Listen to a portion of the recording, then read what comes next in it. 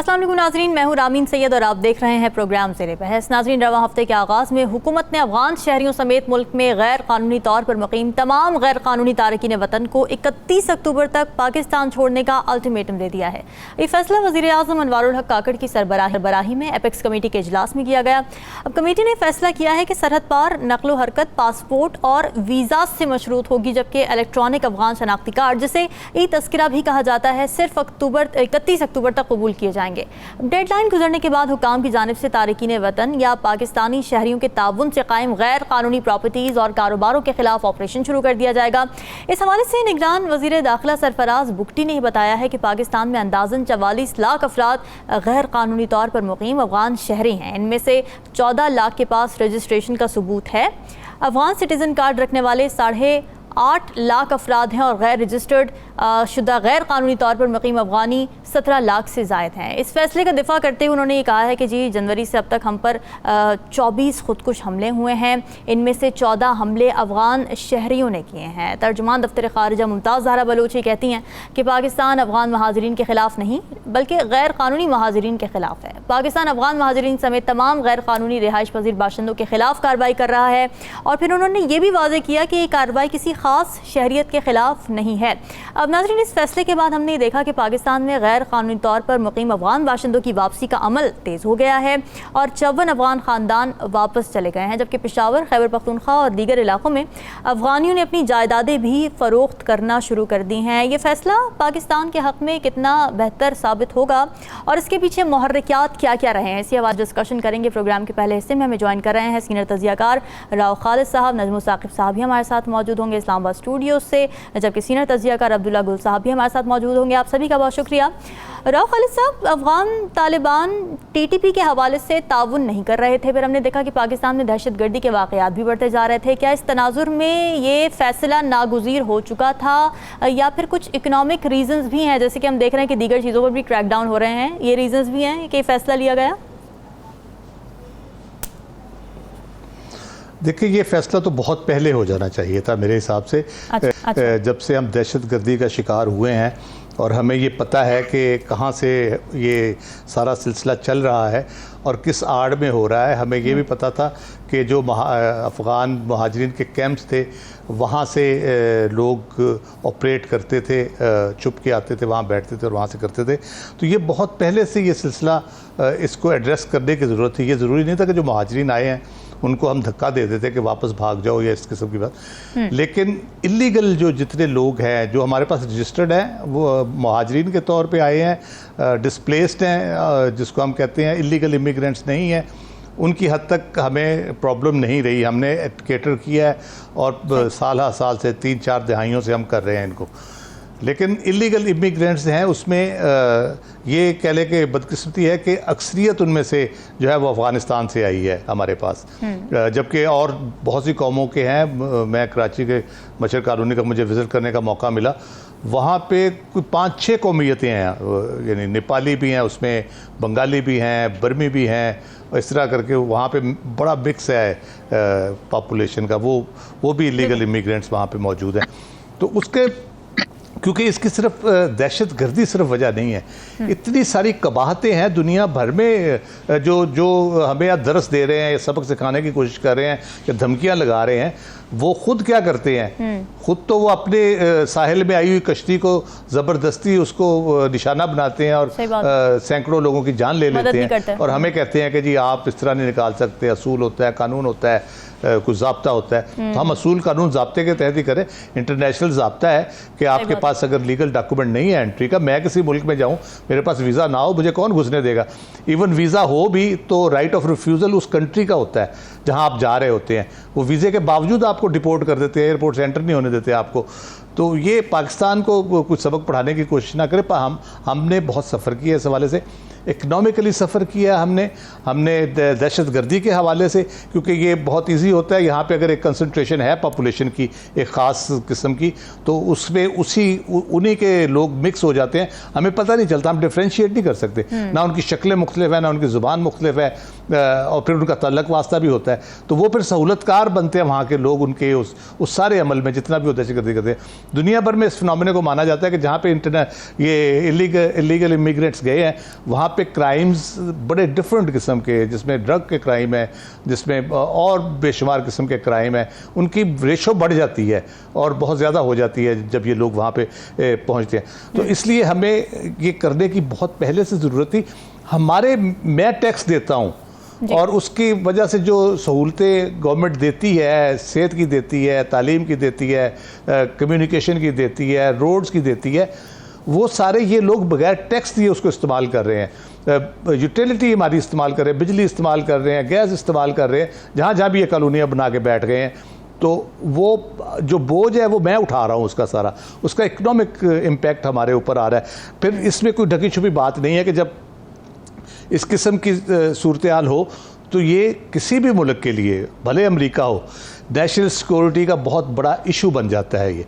अगर हम 9/11 का जहन में लाएं तो उसके मेन कल्प्रिट कौन थे? वो इमिग्रेंट्स थे वहाँ पे। उनको पता ही नहीं चला कैसे आए, कैसे पहुँचे, किस तरह से ट्रेनिंग ली और फिर उन्होंने एक वो इतना बड़ा कर दिया जिसके बाद कहते हैं दुनिया ही बदल गई। तो इसलिए और मज़े की बात ये, जो अफ़गानिस्तान से मोस्टली आते हैं वो कोई इकोनॉमिक इमिग्रेंट्स नहीं है। ये बंगाली आते हैं, बर्मा से आते हैं लोग, या नेपाल से आते हैं, वो इकोनॉमिक इमिग्रेंट्स होते हैं। उनके हालात ऐसे होते हैं, वो कहते हैं चलो जी किसी बेहतर जगह पे जाके करें। ये इकोनॉमिक इमिग्रेंट्स नहीं है, इनके यहाँ सेटलमेंट्स हैं, वो आपस में राब्ता शाब्ता करके पहुँच जाते हैं, फिर हमारा पासपोर्ट और किसी तरह के शनाख्ती कार्ड बनवा लेते हैं। हमारा सिस्टम बड़ा वल्नरेबल रहा है। अब तो नादरा ने बहुत अच्छा काम किया, हमारे पासपोर्ट के भी जिस किस्म की सख्तियाँ हो गई हैं, चेक्स लग गए हैं, इलेक्ट्रॉनिक उसकी सारी प्रोडक्शन शुरू हो गई है, तो उस वजह से कुछ फ़ायदा हुआ है। वरना ये एक और हमारे लिए अजाब था कि बाहर को बंदा जाके वारदात करता था, पकड़ा जाता था, उससे पाकिस्तानी पासपोर्ट या पाकिस्तानी शनाख्ती कार्ड निकल आता था, पाकिस्तानी वो होता नहीं था, तो एम्बेरसमेंट हमारे खाते में पड़ती थी। तो ये भी एक बहुत बड़ा इशू हमारे साथ रहा है। इसलिए कि जो भी स्टेप लिया गया है बहुत ताख़ीर से लिया गया, लेकिन मैं कहता हूँ कि अभी भी इतनी ताख़ीर नहीं हुई। अगर अब बर वक्त ये सारे काम कर सके, इस मामले को टैकल कर सके, उन लोगों को जो इवन लीगली भी यहाँ पे मौजूद है। अब मेरा ख्याल है अफ़गानिस्तान हुकूमत को भी इस बारे में सोचना चाहिए। वो अगर उन्होंने इक़्तिदार संभाल लिया और वो समझते हैं कि वो बहुत बड़े अच्छे तरीके से अफ़गानिस्तान को चला रहे हैं, दावे भी हैं उनके, तो वो अपने जो भाई बंद हैं उनको फिर कहें कि इंसेंटिव दें, उनको वापस बुलाएं, उनको कह जाए अफ़गानिस्तान को आबाद करें, वापस आके अपने अपने इलाकों में वापस आएँ और मामलात को यहाँ पे बेहतर करें। हमारे लिए आसानी होगी उसमें। इसको बजाय इसके एक चैलेंज के तौर पे लेना, धमकियाँ देना, मेरा ख्याल है ये किसी तरीके से भी बेहतर नहीं है। 17 लाख वो वहाँ पे वो इलीगल रख के दिखा दे 17 लाख बंदे मुझे, तो मैं देखूँगा कितना अर्सा वो उसको बर्दाश्त करते हैं। महीना नहीं कर सकेंगे हम। तो ना सिर्फ ये कि उनको रखा, उनको पाला पोसा, हर तरह से उनकी मदद की, इंटरनेशनल डोनर्स भी भले कंट्रीब्यूट करते थे, लेकिन हमने बुनियादी तौर पे हमने बोझ उठाया। इंटरनेशनल डोनर्स ने भी एक हद तक किया था। तो ये बहुत साइब इक़दाम है और इसके जितने भरपूर तरीके से इसको मौसर अंदाज में चलाया जाए, मेरा ख्याल है पाकिस्तान के लिए इन द लॉन्ग टर्म बहुत बेहतर होगा। और हमारे अपने जो मसाइल हैं हमें उनको ठीक करने में मदद मिलेगी, उस पर फोकस करने में मदद मिलेगी। हम तो इन्हीं चीज़ों में उलझे रहते हैं, इधर दहशतगर्दी होगी, इधर वाक़या हो गया, इधर ये हो गया, उधर वो हो गया। ठीक हो गया। नजमुल साकिब साहब, आपको क्या लगता है कौन से ऐसे अनासर या रीजंस रहे हैं जिसने पाकिस्तान को इस नहज पर पुश किया है कि अब वो ये फैसले ले? और आपको लगता है कि 17 लाख बड़ी तादाद है, अगर उनको डिपोर्ट करने की तरफ हम जाएंगे तो हमारे पास इंफ्रास्ट्रक्चर मौजूद है, इम्प्लीमेंटेशन ग्राउंड पर हो सकती है उस तरीके से? सबसे पहले तो रामीन आपको एक खुशखबरी सुनानी, और वो खुशखबरी ये है कि 40 साल तकरीबन गुजरने के बाद अचानक UNHCR और IOM, ये जो इंटरनेशनल ऑर्गेनाइजेशन फॉर माइग्रेशन है, या United Nations high commissioner for refugees हैं, जो रेफ्यूजीज से डील करते हैं जी, इनको अचानक ख्याल आया है और इन्होंने आज ही बताया है, जो हम बात कर रहे हैं आज के दिन, कि जी ये दोनों इदारे तैयार हैं, पाकिस्तान के साथ मिल के काम करेंगे, अफगानियों को आज जो है वो उनको रजिस्टर करने में, मैनेज करने में। पहले तो मैं ये खुशखबरी सुनाऊं आपको कि मुझे ये बताइएगा कि जिस वक्त आने शुरू हुए थे अफगानी रेफ्यूजीज, हमारे भाई बहन वहां से, उस वक्त तो आपने बड़े दावे किए थे कि हम उनके कैंप्स बनाएंगे, हम उनके खाने पीने का ख्याल करेंगे, हम उनकी दवाइयों का बंदोबस्त करेंगे।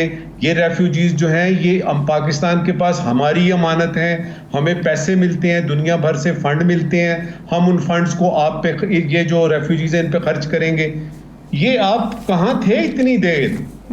तो पहला सवाल तो ये है खुशखबरी के साथ कि जी आप इतनी देर तक खामोश क्यों रहे? 40 बरस आपने गुजार दी ऐसे ही। और मैं आपको रामीन बताऊं कि हमने सरकारी तौर पे और निजी तौर पे बहुत सारी जगहों पे हमने बड़े पैगामात दिए, खतूत लिखे, उनको हालात बताए कि भाई हमारे अपने पाकिस्तान में इतने माशी मसाइल हैं और इन लोगों को इतनी देर तक संभालना मुश्किल। तो ये तो हुई खुशखबरी कि कहीं पे जो है वो रजिस्टर हो गया है कि निगरान हुकूमत ने ये जो फैसला किया है वो वाकई उस पर संजीदगी है, तभी तो ये आपको जवाब आया। दूसरी बात कि वो बच्चा जो यहाँ पे पैदा हुआ 40 साल पहले, वो अब 39 या 38 बरस का है जी।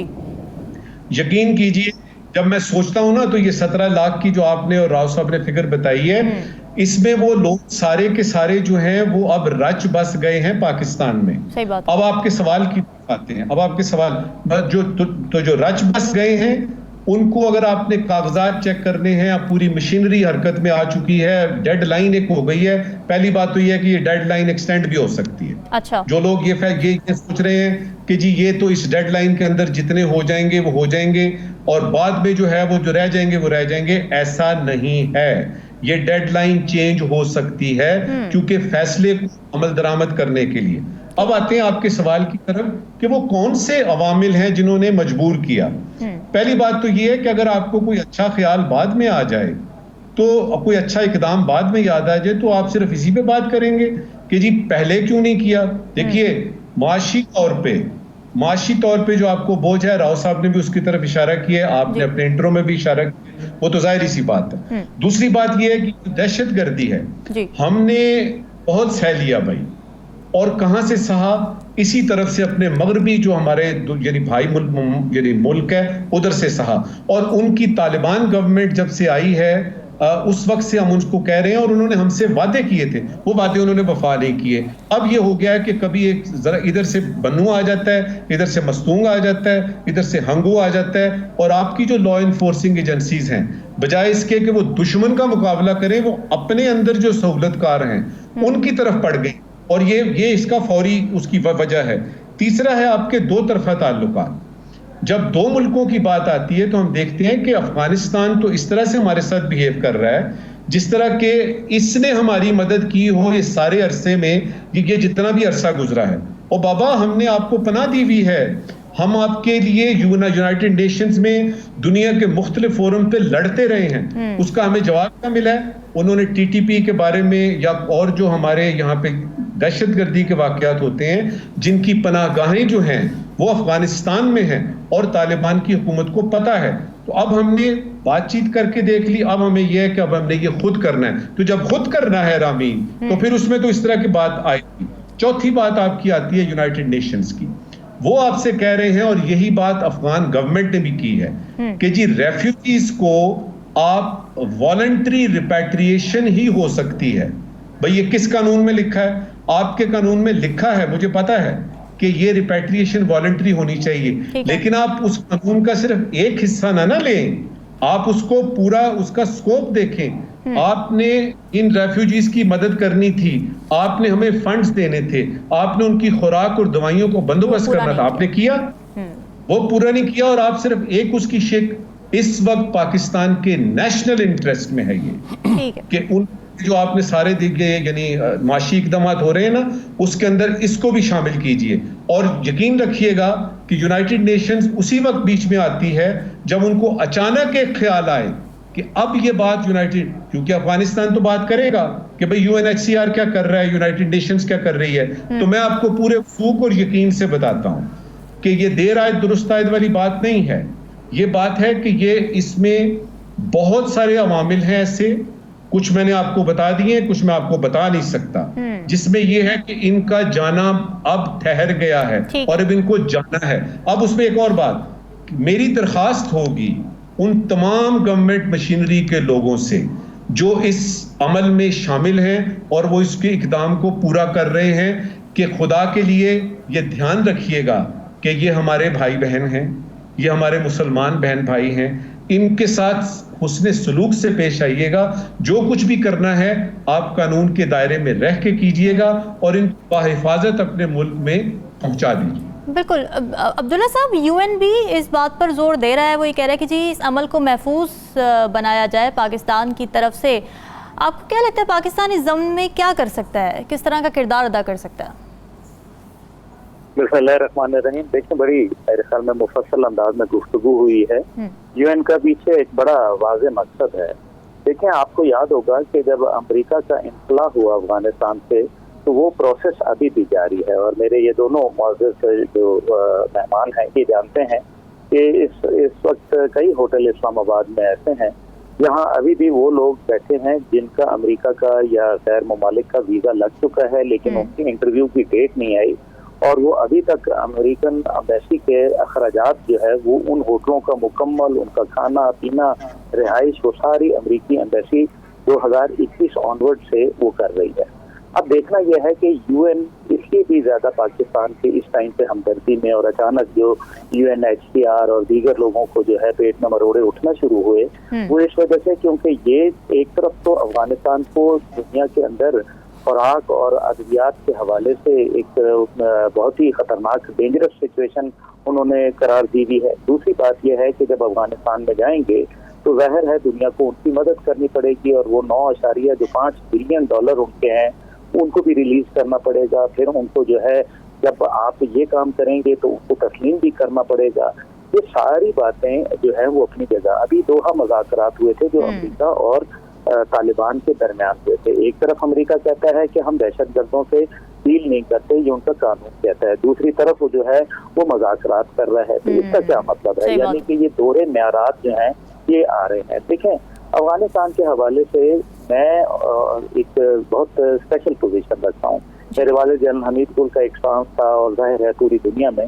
लेकिन ये जो अब हो रहा है, जो दहशतगर्दी और जिस तरह से पाकिस्तान में इन्वॉल्वमेंट और एक जो अजीब सी नफरत का जो मैदान है, चाहे वो क्रिकेट का मैदान हो चाहे वो किसी और जगह हो, हमने देखा कि वहाँ बहुत ही एक पाकिस्तान के लिए इल सेंटीमेंट जो है वो रखा जाता है, जो बहैसियत पाकिस्तानी मुझे किसी सूरत काबिल कबूल नहीं है। मैं बहुत अफगानियों का जो है वो तब तक एक बहुत स्टॉन्च हामी रहा हूँ और आज भी हूँगा कि जब तक उनके ऊपर गैर मुल्की शोरिश मौजूद थी, और मैं चाहता था कि ये गैर मुल्की जो है अपने अपने मुल्कों को जाएं।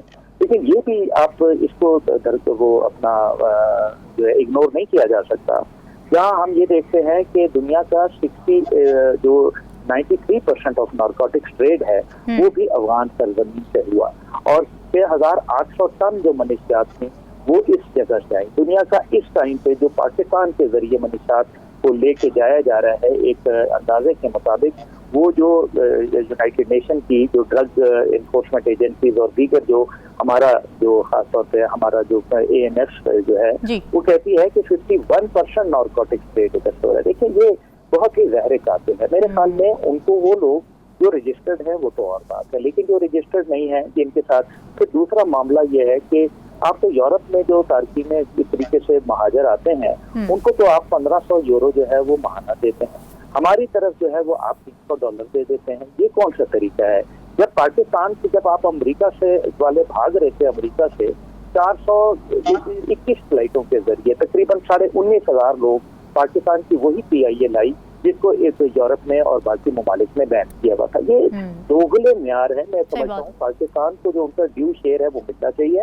$700 मिलियन जो कोएलिशन सपोर्ट फंड है जो हमारा फ्रोजन है इतने अरसे से, जो हमारा राइट है वो हमें मिलना चाहिए। लेकिन साथ ही साथ जो दहशतगर्दी का अफरियत है और जिस तरीके से दाइश को वहाँ पनपने दिया जा रहा है, अगर एक तरफ जो है तालिब जो है वो ये कहते हैं कि जी हमारा तो दहशतगर्दी से कोई ताल्लुक नहीं है, तो क्या वजह है कि वो तमाम दहशतगर्द, चाहे वो खालिद खुरासानी हो, चाहे वो अबू बकर बगदादी हो, चाहे वो दीगर हो, वो अफगानिस्तान से ही क्यों मारे जाते हैं, वहीं से क्यों पकड़े जाते हैं? अभी अगर पाकिस्तान का कोई ताल्लुक नहीं था तो 200 दहशतगर्द जो उन्होंने पकड़े जो कि बिल्कुल, पाकिस्तान में सहूलतकार जितने भी पकड़े। थे, वो फिर किस चक्कर में पकड़े थे। सही तो बात। ये वो तमाम बातें हैं जिनको हमें बड़े गौर से देखना पड़ेगा। ठीक है। ठीक है कि वो अफगान जिनका यहाँ कारोबार है या कोई वो लीगल अंदाज में रह रहे हैं, क्योंकि पाकिस्तान ने बड़ा दिल का मुजाहरा किया। हमने अपनी यूनिवर्सिटियों में, कॉलेजों में, हमारे प्रोफेशनल कॉलेजेस में, हमारे कारोबार में उनको जगहें दी।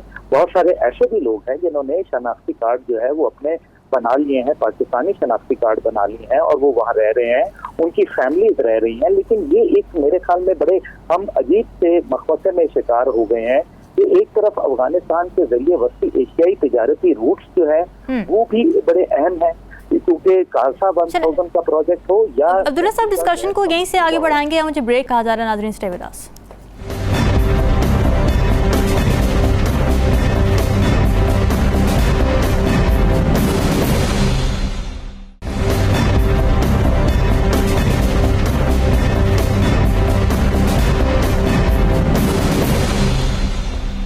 वेलकम बैक जी। ब्रेक पर जाने से पहले बात हो रही थी, पाकिस्तान की जानिब से ये फैसला कर लिया गया है कि गैर कानूनी तौर पर जो भी अफगान शहरी यहाँ पर मुकीम हैं उनको एक अल्टीमेटम दे दिया गया है, डेडलाइन दे दी गई है कि वो ये मुल्क छोड़ दें। उसके बाद हम ये देख रहे हैं कि कुछ तनकीद का सामना भी करना पड़ा है। ह्यूमन राइट्स की जो ऑर्गेनाइजेशंस हैं वो ये कह रही हैं कि जी इंसानी हुकूक़ के मसाइल हैं अफ़गानिस्तान के अंदर, फिर ख़वातीन के भी मसाइल हैं जो कि उनसे वो दो चार हैं, और फिर कुछ लोगों ने ये कहकर यहाँ पनाह ली हुई है कि उनको ख़तरात लाहक हैं। राव खालिद साहब, ज़ाहिर है पाकिस्तान ने तो 4 दहाइयों तक उन्हें पनाह भी दी है, फिर सारी सहूलियात भी दी हैं, मगर अब अपने मुल्क का तहफ़्फ़ुज़ हमारी प्रायोरिटी बनता जा रहा है। अपने मुल्क का तहफ़्फ़ुज़ करना, साथ ही ये जो ह्यूमन राइट्स वायलेशंस के जो इल्ज़ामात हम पर लग रहे हैं, इन दोनों चीज़ों को साथ टैकल करना किस तरीके से समझते हैं, कैसे मुमकिन हो सकता है? देखिए, हमारे पार्ट पे तो कोई नहीं हो रहा। हम बेसिकली डिफ्रेंशिएट करेंगे रिफ्यूजीज़ में और इलीगल इमिग्रेंट्स में। ठीक है। रिफ्यूजीज़ वो है जो यहाँ आए, रजिस्टर हुए, उनको कैंप्स में रखा गया, वो थोड़ी हमारी गलती है, हम उनको कंट्रोल नहीं कर सके, कोई इधर उधर निकल गए दाएं बाएं, उन्होंने कोई कारोबार शुरू कर दिया और काम शुरू कर दिया। लेकिन स्टिल वो रिकॉर्ड पे तो वो लोग हैं जो निकले भी है। अगर बाहर चले गए हैं तो वो ज़ाहिर हमारे पास रिकॉर्ड नहीं है, वो दूसरे मुल्कों को पता होगा। अभी अब्दुल्ला गुल साहब ने एक बात की कि पाकिस्तान में जो अमरीकी वीज़ों के मुंतज़िर लोग हैं, तकरीबन जो एक मुहतात अंदाज़ा 3 लाख लोग आए हैं अमेरिका के निकलने के बाद पाकिस्तान में। कितने अमेरिका का वीज़ा लेने आए हैं, कितने अपने वो जो कहते हैं जी हमारे ख़तरा है हमें वहाँ पे, उस आड़ में यहाँ पे आए हैं। तो उनके वो इलीगल इमिग्रेंट्स उस पर काफ़ी सारे हैं। तो उनको कोई हमें कहे कि जी इनको आप इनके इंसानी हकूक़ बर्बाद हो रहे हैं या उनका कोई मसला हो रहा है, तो ये तो बहुत ज़्यादती की बात है। मैं पहले जैसे कहा कि खुद तो अपने तो वो घुसने नहीं देते किसी को, और इस किस्म की सख्त पाबंदियाँ लगाते हैं। हम देखते हैं एड्स देते हैं ऑस्ट्रेलिया वाले कि जी गोली मार दी जाएगी अगर बगैर आए। हमारे यहाँ चलते हैं इश्तिहारात उनके, और हमारे लोग जब जाते हैं तो उनके साथ जो सलूक होता है, जो हमारे इकनॉमिक इमिग्रेंट्स दूसरे मुल्कों में जाते हैं उनके जिसका सलूक किया जाता है, तो ये नहीं होना चाहिए। हमारे यहाँ से भी नहीं जाना चाहिए किसी को इस तरह से। लेकिन हमारे यहाँ जब वो ये सारा कुछ हो रहा है तो उस वक्त उनको सारे दुनिया जहान के वो कानून और सारी चीज़ें याद आनी शुरू हो गई हैं। हमें अपने मुल्क का देखना है, और ये सबसे बुनियादी जो चीज़ है वो हर मुल्क इसी तरह करता है, अपने मफाद का सबसे पहले देखता है। और ये कुछ छोटा मोटा मसला नहीं है। अगर कोई होता ना कि जी चलो जी हमारे वसाइल में शेयरिंग हो रही है उनकी, इस हद तक हम कर लेते, चलो जी तालीम ले लें, पढ़ लें, हेल्थ फैसिलिटीज़ उनको दे दें, कंट्रीब्यूट करें अगर सोसाइटी में, तो कोई ऐसा इशू नहीं है। हम दहशत गर्दी का शिकार हैं, हमारे लोग मर रहे हैं, हमारे फौजी बॉर्डर्स पे शहीद हो रहे हैं। उधर खड़ा होता है, उधर से अफ़गानिस्तान से एक ब्रस्ट आता है तो वो वहाँ पे जो बेचारे सिविलियन है या दूसरे, वो उसका शिकार हो जाते हैं। फिर इस तरह उसकी आड़ में लोग अंदर घुसते हैं, अंदर आके या बम धमाके किए जाते हैं, यहाँ पे टेरर फैलाया जाता है, मुख्तलिफ एरियाज़ में बड़ी सीरियस सूरत हाल पैदा हो जाती है। और जैसे रजू साकिब साहब ने कहा, हमारी सिक्योरिटी फोर्सेस का जो और बहुत से करने के काम है उनके, बॉर्डर सिक्योरिटी के अलावा भी वो इसमें सारा उनके, हमारी इंटेलिजेंस एजेंसीज हैं, बाकी चीज़ें वो इसमें फंस के रह जाती हैं इन सारी चीज़ों में। तो हमें तो हम बहुत नुकसान उठा चुके हैं, और हम इस अब बर्दाश्त नहीं कर सकते।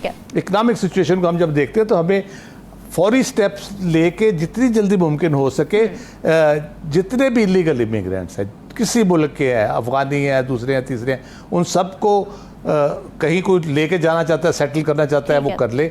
अगर किसी को बहुत ज़्यादा हमदर्दी है, समझता है यहाँ पे ह्यूमन राइट्स वायलेशन हो रही है, वो आप भले भाई ले जाएं जी, सदके हम हर तरह से मदद करेंगे, पैसे भी देंगे उनको ट्रांसपोर्ट करने के।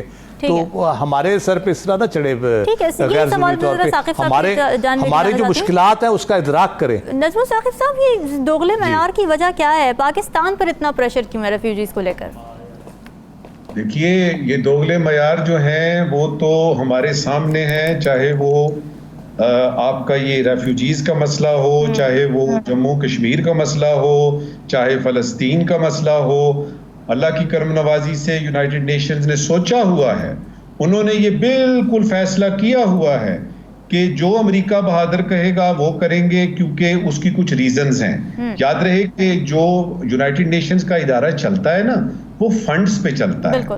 उसमें जो सबसे ज्यादा फंड्स हैं, चूंकि अमेरिका और यूरोप से आते हैं, लिहाजा उन्हीं की बात सुनी जाती है, उन्हीं की मर्जी से सेक्रेटरी जनरल चुना जाता है, उन्हीं की मर्जी से एजेंडे बनते हैं, उन्हीं की मर्जी से जनरल असेंबली में जो है वो रेजोल्यूशन फ्लोट होते हैं, उन्हीं की मर्जी से सिक्योरिटी काउंसिल के फौरी तौर पे इजलास होते हैं। तो दोगले मयार का जो है ये तो बहुत पुराना किस्सा हो गया रामीन, इसको तो हम रो पीट चुके हैं। अब आते हैं आपकी इस तरफ के, देखिए एक और एंगल से मैं यानी चाहता हूं कि यानी राव साहब और अब्दुल्ला साहब इस पे भी जरा गौर करें कि ये अफगानी सारे जो हैं, अच्छा मैं पहले ये बता दूं, आपने भी बताया कि ये सिर्फ अफगानियों के लिए नहीं है, ये हम जो गैर कानूनी तौर पे लोग रहे हैं, और इसमें बंगाली भी हैं, बिहारी भी हैं, इसमें नेपाली भी हैं, श्रीलंकन भी हैं, इसमें जिम्बाब्वे से भी लोग हैं, इसमें इथोपिया के भी लोग हैं, पूरी दुनिया से आए हुए हैं लोग जो आके यहाँ पे जम हो गए हैं और फिर उसके बाद वो गायब हो गए हैं, और आपकी वो इकोनॉमी में आपको जो है वो चोटें लगा रहे हैं और कोशिश कर रहे हैं कि जल्द से जल्द जो है वो उनके पासपोर्ट वगैरह बन जाएं। लिहाजा ये सिर्फ अफगानी भाई हमारे ये ना समझें कि ये जी सिर्फ उनके लिए है। मैं आपको एक और एंगल से जरा ये यानी इस मसले की तरफ तवज्जो दिलाता हूँ। देखिए, तालिबान ने आते ही बजट पेश कर दिया अपना, कुछ महीनों बाद उन्होंने हुकूमत चलानी शुरू कर दी, ठीक है, और हाल ही में हमने सुना कि उन्होंने बिलियंस ऑफ डॉलर्स का माइनिंग में उन्होंने मुआहदे किए हैं टर्की से, चाइना से, ईरान से। फिर उसके बाद हमने देखा कि वो डैम बना रहे हैं। इसका क्या मतलब? इसका मतलब ये है कि तालिबान अफगानिस्तान को अपने तई बिल्कुल ठीक चला रहे हैं और वहां पे खुशहाली जो है वो आनी चाहिए या आ चुकी है। तो अब जब आप खुशहाल हो गए हैं, आप इनको वापस लें ना, आप इनको क्यों ना वापस लें? दूसरा इसका अखलाकी पहलू है, ये मैं आपको बता रहा था, माशी पहलू, कि माशी तौर पे इस्तेकाम, देखिए बिलियंस ऑफ डॉलर्स की बात कर रहे हैं वो, और वो आइंदा 40-50 बरसों की बात कर रहे हैं कि हमने अफगानिस्तान को इस तरह से यहाँ पे बागो बहार होगी और जन्नत होगी और उसमें दूध की नहरें और खजूर के दरख्त वगैरह, तो उसमें आप इनको लेना वापस, आपको क्या मसला है? बिल्कुल ठीक है। दूसरा पहलू यानी बात खत्म कर रहा हूं, दूसरा पहलू आपका है अखलाकी पहलू। जी ठीक है। देखिए, अखलाकी तौर पे आप पे बनता है कि अब आपके ये जो है, और फिर पाकिस्तान ने कह दिया है कि भाई आप इनको वापस ले लें। अब ये हमारे तो मुसलमान भाई हैं, आपके तो वाकयातन भाई हैं, आप उनको वापस नहीं ले रहे, इस पर जरा गौर कीजिए। ठीक है, ये बड़ा अहम पॉइंट आपने दिया। अब्दुल्ला साहब, एक तो नजमुल साकिब साहब का पॉइंट भी अगर आप एड्रेस करना चाहें, साथ ही मैं ये जानना चाह रही हूँ कि ज़ाहिर हमने पॉलिसी डिसीजन तो ले लिया है, मगर इम्प्लीमेंटेशन के लिए जो चीज़ें रिक्वायर्ड हैं, बॉर्डर मैनेजमेंट और ये तमाम तरह इंफ्रास्ट्रक्चर, इस हवाले से आप क्या देख रहे हैं? हुकूमत का होमवर्क मुकम्मल है? नहीं जी, होमवर्क तो बिल्कुल भी मुकम्मल नहीं है ना। वजह यह है कि ये तो आपको अचानक पड़ा। अभी इस साल जो दहशतगर्दी के वाकयात में इजाफा हुआ, क्या ये हकीकत नहीं है कि ये दोहा मुज़ाकरात के और दोहा मुआहदे के बिल्कुल जो है वो बरक्स हुआ? यानी कि आपको बाकायदा बताया गया था, अमेरिका और जब तालिबान हुकूमत के दरमियान में मुआहदा तय पाया, जिसके अंदर खुद गारंटर अमेरिका था, तो यही कहा गया था कि किसी पड़ोसी मुल्क के ऊपर जो है वो हमला नहीं होगा और कहीं दहशतगर्दों को सेफ हेवन यानी कि उनके लिए दहशतगर्दों की जन्नतों को वहां नहीं बसाया जाएगा। अब मुझे ये बताएं कि ये जो तमाम की तमाम दहशतगर्दी का रुख है, ये क्यों इस तरफ मोड़ा जा रहा है? दाइश कहाँ से पनप गई? ये भी तो हकीकत है ना कि दाइश जो है वो उसके सरपरस्त कौन थे? कौन थे वो अमेरिकी सेनेटर जो अब तो वो चले गए और उनको सेफ फ्यूनरल दिया, अब वो क्योंकि एक आदमी जा चुके हैं दुनिया से, तो वो अबू बकर बगदादी के साथ तो उनकी तस्वीर मौजूद है। तो फिर ये हो क्या रहा है? इसका मतलब ये है कि ये जो अभी जैसे नजर साहब ने जिक्र किया, बिल्कुल दुरुस्त बात, $600 मिलियन का प्रोजेक्ट किया, उसका नाम है कुश्तफा केनाल, और वो बाकायदा दरियाए आमू को मोड़ के वहाँ जो है वो तकरीबन 10 लाख एकड़ अराजी जो है उसको सरेआम किया जाएगा। अब ये देखिए ना, ये तमाम प्रोजेक्ट हो रहे हैं और फिर डॉलर पाकिस्तान में 331-333 तक चला गया, लेकिन अफगानिस्तान के अंदर जो डॉलर था वो तकरीबन 82-83 रुपए तक का रहा। क्या वजह थी? और पाकिस्तान से जितना डॉलर जा रहा था, आखिर उनमें कुव्वत खरीद थी तो डॉलर जा रहा था ना। ऐसे तो नहीं है कि मैं आपको अगर रोजाना फर्ज करें $2 मिलियन देना शुरू कर दूं, तो क्या आपके अंदर ताकत है? राव साहब में है या नजर साहब में? बिल्कुल भी नहीं है, ना मुझ में है। तो इसका मतलब यह है कि ये बात मैं इत्तेफाक राय रखता हूँ, लेकिन जो इंफ्रास्ट्रक्चर देखें, पहली बात यह है कि हमारे पास मैपिंग कोई नहीं है अभी, इसी वजह से वो DNA का जो एक टेस्ट की बात की गई है वो भी अच्छा है, लेकिन आप 44 लाख लोगों का DNA करना कोई खालाजी का घर है? और फिर क्या हमारे पास वो DNA के जो वसाइल हैं वो मौजूद हैं? पहले ही हमारे जो सैलाब और फिर जो करप्शन के अंबार हैं और जो मुल्क की मुआशी सूरत हाल है, अमेरिका और उसके हवारी इस वजह से परेशान हो गए क्योंकि उनको अभी ये जो 3 लाख लोग तकरीबन जिनको वो लेके जा रहे हैं, जो उनके वहाँ कॉन्ट्रैक्टर्स के साथ काम करते थे या उनके जो वहाँ आंखें और कान थे, उन लोगों को वहाँ वो अफगान तालिबान के रहमो करम पे नहीं छोड़ना चाहते, उनको अपने एजेंट को वो प्रोटेक्ट करना चाहते हैं, लेकिन वो चाहते हैं कि पाकिस्तान इसकी कीमत अदा करे। क्यों करे भाई अदा? आपने किया, आप आए, आपने अपना अहदाफ सेट किए, आपने वहाँ मदर ऑफ ऑल बॉम्ब मारे, आपने पाकिस्तान को बेड़ा गर्क करवा दिया, पाकिस्तान में दहशतगर्दी का बाजार गर्म करवा दिया, दाइश के वहाँ ठिकाने बनवा दिए, बाकायदा सुबह नूरिस्तान के अंदर नॉम में हेडक्वार्टर बना के बैठ गए, NDS का, रॉ का, मोसाद का, CIA का ज्वाइंट हेडक्वार्टर था, कुन्नर के जरिए दहशतगर्द आते थे पाकिस्तान में, दहशतगर्दी करवाते थे। आपने सिर्फ जबानी कलामी पाकिस्तान को तिफल तसल्लियां दी, आपने कभी पाकिस्तान को फाइनेंशियली सपोर्ट किया? क्या आपने पाकिस्तान को कभी फैसिलिटेट किया कश्मीर के हवाले से? क्या आपने मुसलमान दुनिया को, अभी ये देखे ना जो अभी हालिया जो मामलात हो रहे हैं फलस्तीन के अंदर, ये कितना बड़ा वाकया है, लेकिन दुनिया उसके ऊपर भी बात करेगी, लेकिन यहाँ हमारे जो मामलात हैं उसके ऊपर उनको इसलिए क्योंकि उनको मालूम है कि पाकिस्तान से जब ये वहाँ वापस धकेले जाएंगे, वो लोग जो इलीगल है, जो लीगल है उनको कोई प्रॉब्लम नहीं है, जो इलीगल है उनको जब वहाँ चले जाएगा तो जाहिर है उसकी मदद के लिए आपको जो है अफगानिस्तान के अंदर बात करनी पड़ेगी। इसलिए अब वो तरह तरह की आपको लालच देंगे, तरह तरह के मामलात करेंगे, लेकिन हकीकत यह है कि इस साल सिर्फ दहशतगर्दी 1 जनवरी से लेकर अभी तक हमारे 500 से ज्यादा सिपाही और जवान और हमारे अफसरान जो है वो शहीद हो चुके हैं, सिर्फ फौज के। मैं पुलिस की बात नहीं कर रहा, मैं किसी और फोर्स की बात नहीं कर रहा और सिविलियंस की बात नहीं कर रहा। अब आपने देखा ना कि जो मौजूदा सूरत हाल है इसके अंदर इंफ्रास्ट्रक्चर मौजूद नहीं है, इस टाइम पे निगरान हुकूमत है, ब्यूरोक्रेसी साथ देने के लिए तैयार नहीं है, डीप रूटेड जो है वो क्या अफगानियों के पास क्योंकि इतना पैसा है कि आपको अंदाजा भी नहीं है, मुझे और आपको अंदाजा ही नहीं हो सकता। इन्होंने जो है वो देखे ना ड्रग्स का जो पैसा है वो इतना ज्यादा है और उसका इतने उसके जो जिसको कहते हैं डांडे हैं वो इतने दूर तक और इतने हमारी इकोनॉमी में और हमारी जो इंफ्रास्ट्रक्चर है उसमें इतने डीप रूटेड हो चुके हैं कि उनका जो जितनी भी ब्यूरोक्रेसी है वो उनकी आधी से ज्यादा उनकी जेब में है।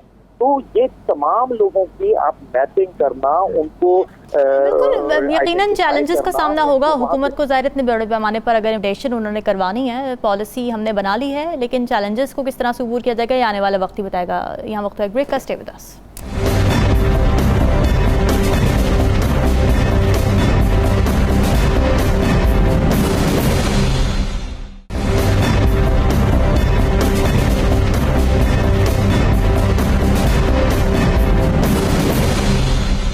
वेलकम बैक जी। पाक फौज और निगरान हुकूमत की मुल्क की मईशत में बेहतरी के लिए उठाए गए इकदाम के समरात सामने आने लगे हैं। इन इकदाम के पेश नज़र ज़ख़ीरा अंदोज़ों के खिलाफ क्रैकडाउन रुपए की कदर और डॉलर में कमी का बायस बन रहा है।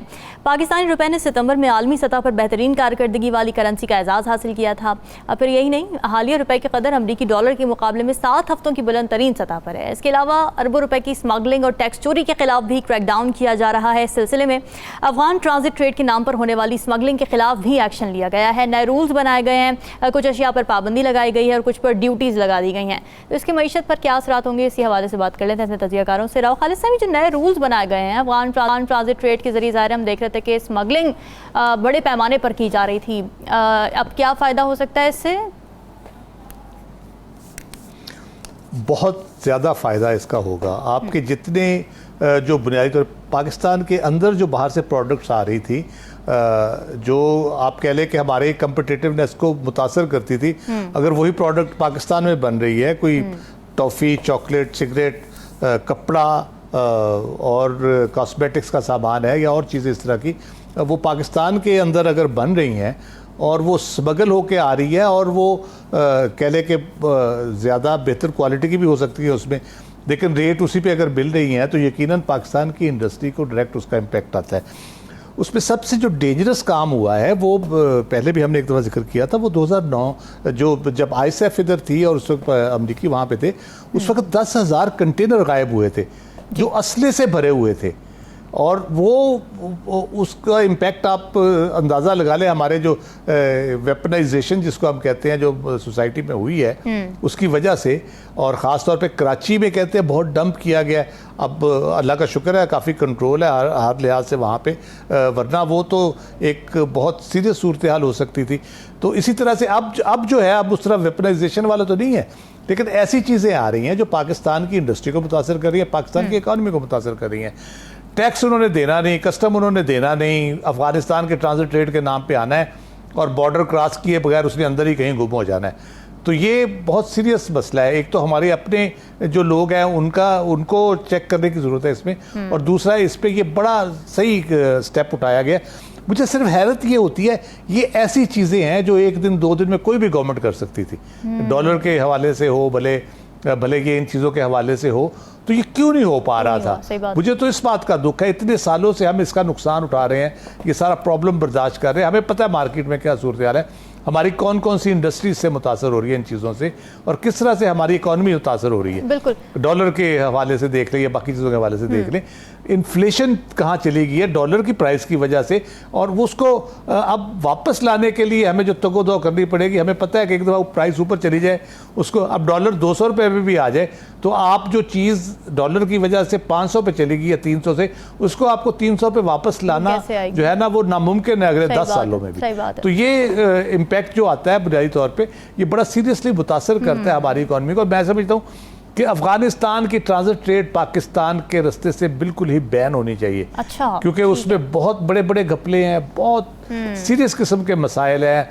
हमारे साथ जो होते हैं। हमारी पूरी मार्केटें आप कहीं चले जाए भरी पड़ी हैं ऐसी अशिया से, तो हम क्या करेंगे अगर वो नहीं होंगे? लोकल इंडस्ट्री बनेगी, डेवलप होगी। जो सियासतदान आए, पिछली हुकूमतें आई, उन्होंने क्यों नहीं इकदाम किए? फिर दूसरा सवाल इसी के साथ ये भी जुड़ता है, क्या इस बात का भी खदशा है कि जो आने वाली पॉलिटिकल गवर्नमेंट होगी वो ट्रेडर्स के प्रेशर में आके इन पॉलिसीज को रिवर्स कर दे? मुझे नहीं लगता, क्योंकि ये जो अहकामात आ रहे हैं, ये जिस जगह से आ रहे हैं और जिस तरीके से आ रहे हैं, मुझे लगता है कि इसका तसलसल रहेगा। ठीक है, ये तो हो गया आपके सवाल का मुख्तसर जवाब जी। मैं जो अभी राव साहब बात कर रहे थे, मैं सोच रहा था कि इतने रमजान आए हमारी जिंदगी में, जब भी रमजान आया खजूरों की और फलों की और इसकी कीमतें बढ़ गई, वो कभी नीचे नहीं आती। इसी तरह से 62 साल मेरी उम्र हो गई है, मैंने जिंदगी में सिर्फ एक मर्तबा देखा, जबकि मई 1998 में हम यानी एटमी धमाका करते हैं ताकि बैलेंस ऑफ पावर जो है वो साउथ एशिया में बरकरार रहे और हमें हिंदुस्तान से वो जो खतरा है उसको दूर करें। उस वक्त ये हुआ कि हमारे डॉलर फ्रीज हो गए, डॉलर फ्रीज हो गए हमारे, और हुकूमत ने कहा और वो बिल्कुल ठीक था कि जी आप रुपयों में ले लें क्योंकि इस वक्त हमें बड़ी सख्त मुसीबत है। तो डॉलर रुपए की बहुत ज्यादा बढ़ गई। अब जो ही हालात बेहतर हुए तो डॉलर अपना थोड़ा सा नीचे आया। ये वाहिद वाकया है और वो उन सर्कमस्टांसिस में है जो बड़े स्ट्रेनुअस यानी एक्स्ट्राऑर्डिनरी सर्कमस्टांसिस में ही हुआ। तो यूं कहिए कि आम हालात में मेरी जिंदगी में मेरी होश में ये पहली मर्तबा होता है कि डॉलर की कीमत इतनी ज्यादा और इतनी तेजी से नीचे आती है। तो यहाँ पे जो लोग हैं ना जो कहते हैं जी ये निगरान हुकूमत आई है, ये क्या करेगी, असल में तो सियासी जमातें कर रही हैं, फलाना उसके पीछे है, फलाना ये है, इन बातों से कतई नजर रामीन। ये फैसला हुआ डॉलर को करने का, ये आपकी स्मगलिंग का करने का, यानी बिजली चोरों के पीछे भागे। अब सुना है कि टैक्स ना दहिंदगान के पीछे भी भाग रहे हैं। ये सारा कुछ कब हुआ? ये निगरान हुकूमत में हुआ। तो थोड़ा सा क्रेडिट निगरान हुकूमत को दे दीजिए। देखिए दुश्मनी, यानी आपने सिर्फ यही देखना है कि कौन सी हुकूमत ने क्या नहीं किया। मुझे ये पता है कि इस हुकूमत के आने के बाद ही ये सारे इकदाम शुरू हुए हैं। ठीक है, देर से क्यों किए हैं, पहले क्यों नहीं हुए? ओ बाबा इस बहस को छोड़ देते हैं ना। सही बात है। अब ये है कि बहस ये है जो आपने सवाल किया उसका मुख्तसरन जवाब थोड़ा सा और आगे बढ़ाता हूं। आइंदा आने वाली हुकूमत के पास वो कोई हुकूमत आती है, वो कोalition गवर्नमेंट आती है, वो PMLN की आती है, पीपल्स पार्टी की आती है, वो किसी की भी आती है, मेरे ख्याल में जो मैंने पिछले 3-4 महीनों में देखा है जिस संजीदगी से रियासत पाकिस्तान ने मईशत की बहाली के इकदाम लिए हैं, चीखें निकल रही हैं लोगों की, बिल्कुल ऐसी चीखें निकल रही हैं, लेकिन वाजे हो रहा है कि हम कुछ सही समत में जा रहे हैं। टाइम थोड़ा शॉर्ट है, मुझे आखिरी फिक्रा बोलने दीजिए। जी बोलिए। नई आने वाली हुकूमत के पास कोई ऑप्शन ही नहीं होगी। ट्रेडर्स बातें करते रहे, एक्सचेंज कंपनियों वाले करते रहे, उनके पास ऑप्शन ही नहीं होगी कि वो इस प्रोसेस को रिवर्स कर सके। ठीक हो गया। अब्दुल्ला साहब, आपको क्या लगता है मुआशी इंडिकेटर्स क्या बता रहे हैं? क्या हम सही समत में हैं और इसको सस्टेन करना कितना चैलेंजिंग या कितना आसान होगा? देखिए, ये जो FIFC का क़याम है ये बहुत खुशाइन है, लेकिन आपने ये देखा कि अभी तक उस तरह से इन्वेस्टमेंट नहीं आई जिस तरह से हमारी एक्सपेक्टेशन थी। उसकी वजह यह है कि गारंटीज मांगते हैं। देखिए ना, लोग ओहदे के साथ गारंटी नहीं मांगते बल्कि इंस्टीट्यूशनल गारंटीज मांगते हैं, चाहे वो CPEC का मंसूबा हो, चाहे वो गवादर में सऊदी इन्वेस्टमेंट का मामला हो या दीगर हो। तो आपकी ओहदा जो है वो अनफॉर्चुनेटली पाकिस्तान में हर 3 साल बाद बदल जाया करता है, जहाँ से जिसका जिक्र मौजूद शुरका ने दिया। लेकिन मैं ये समझता हूँ कि जो आने वाली पॉलिटिकल गवर्नमेंट होती हैं उनका अपनी एक सोच होती है, अपनी फिक्र होती है। लगता तो यही है कि कोalition हुकूमत आएगी, कोalition हुकूमत जब भी आती है तो फिर वो कॉम्प्रोमाइज करती है तो वो मुल्क की मफादात के बरक्स चला जाता है मामला। हाँ, इसमें कोई शक नहीं है कि अभी इकोनॉमिक एक्टिविटी के हवाले से और माफिया को कंट्रोल करने के हवाले से, चाहे वो आपका ड्रग माफिया हो, चाहे वो आपका स्मगलिंग माफिया हो, चाहे वो ऑयल या जो के फ्यूल की जो है स्मगलिंग है, या इसी तरीके से वो आपका डॉलर माफिया हो। डॉलर माफिया तो इसलिए आपका कंट्रोल में आया और डॉलर नीचे आ रहा है इसलिए नहीं कि आपकी इकोनॉमी बेहतर हो रही है, इसलिए कि वो लोग जिन्होंने होल्ड किया हुआ था, जिन्होंने जो है वो अपने घरों में छुपा के रखा था, डर के मारे उन्होंने मार्केट में फ्लोट कर दिया। लेकिन आपकी मईशत सिर्फ तब बेहतर होगी जब आपके मुल्क में प्रोडक्शन होगी, जब आपकी इंडस्ट्री का पहिया घूमेगा। जब इंडस्ट्री का पहिया घूमेगा तो फिर आपकी पैदावार में इजाफा होगा और एक्सपोर्ट्स का जो मामलात है वो बेहतर होंगे और इसी तरीके से आपका बिल्कुल सही बात है। कुछ लॉन्ग टर्म प्लानिंग, कुछ लॉन्ग टर्म इक़दाम करने की जरूरत है। नाज़रीन, डिस्कशन नहीं हमें दीजिए इजाज़त। अल्लाह हाफ़िज़।